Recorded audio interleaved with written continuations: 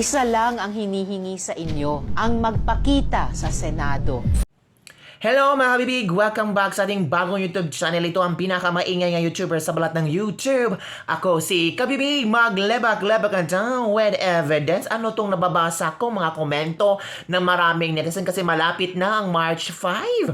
Ang hearing sa mga alleged na mga bintang kay Pastor Apollo Kibuloy. Ito na ang chika.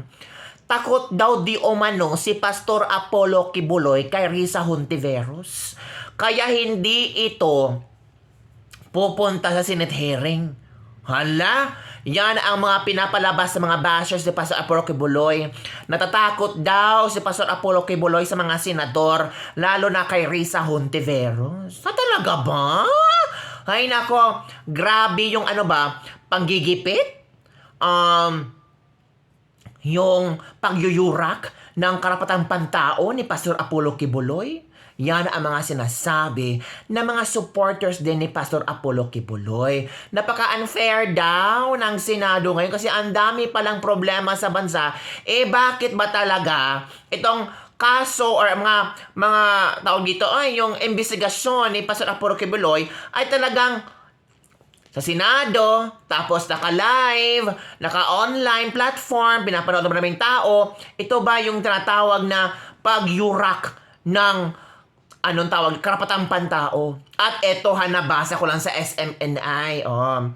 Kingdom of Jesus Christ na minister, sinabi, yung nag-refute sa mga sinasabi ng testimonyang ni Risa Hontiveros. Sabi ni Carlo Catiil, a Kingdom of Jesus Christ minister, made a mockery of Elias David, yung nagtestimony ng Elias David, di ba? Sabi niya ni Carlo Catiil sa kanyang YouTube channel yata. Sabi niya, Mrs. Chair, parang, sinusunod-sunod niya mga sinasabi ni Elias David.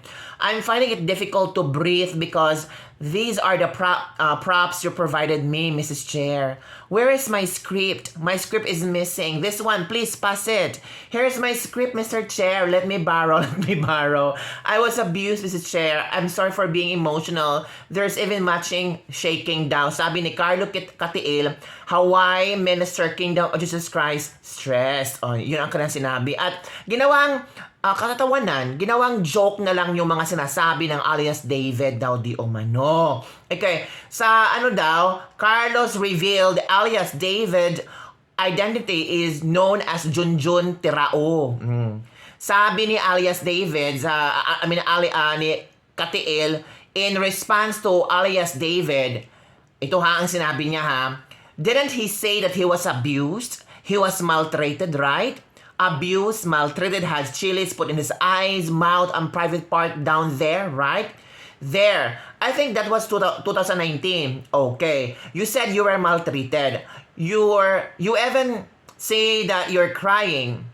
Here, my brothers and sister, why is that in 2016, you texted a coordinator in General Santos City, Sister Cherry, to tell her that you wanted to come back? Return to the service of being a full-time miracle worker. My brothers and sisters, this was the conversation. Meron siya pinakitang screenshot daw. This was the conversation here. That's your name, right, alias David? You are Junjun Tirao. Your real name is Junjun Tirao. Tirao the third. This was your conversation. You are insisting to come back to the kingdom. If you are really abused, alias David or Junjun Tirao, if you're really abused, if you really have chilies in your eyes, you could be blind by now. Ay, oo nga, no? If true that you had chilies put in your mouth, pubic area, and you were screaming because you were locked up for 5 hours, you were describing a great detail. If you're really abused and maltreated, that was your term, okay? You were maltreated. But why is it in 2016 you wanted to come back? Ay, totoo, no? Look at this, fellow citizens. What a liar this alias David is. So, yun na nga, mga kabibig. Yun ang mga sinasabi ni, tawag dito, ni Catiil, na Marami ding mga witnesses na sabi na gawa-gawa lang ni alias David. At eto na ha, ang ilang mga pasabog na ating mga napanood previous weeks tungkol kay Pastor Apollo Quiboloy. Watch these videos. Isa lang ang hinihingi sa inyo, ang magpakita sa Senado.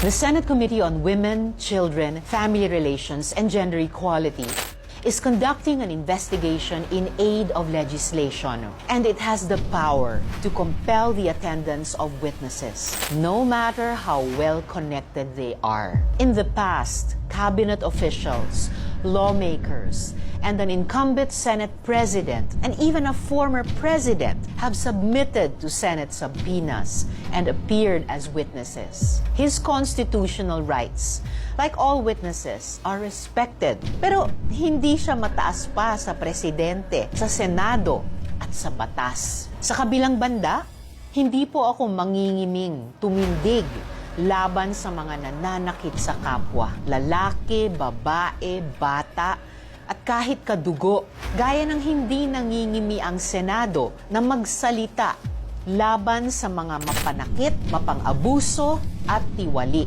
Isa lang ang hinihingi sa inyo, ang magpakita sa Senado. Tinatawag yung duwag, ang testigong nakatakip ang mukha pero nagpasa naman ng affidavit habang hindi kayo sumusunod sa subpoena at nagpadala lang ng audio clip. Bukas po ang Senado para sa panig ninyo. Hinihintay namin kayo.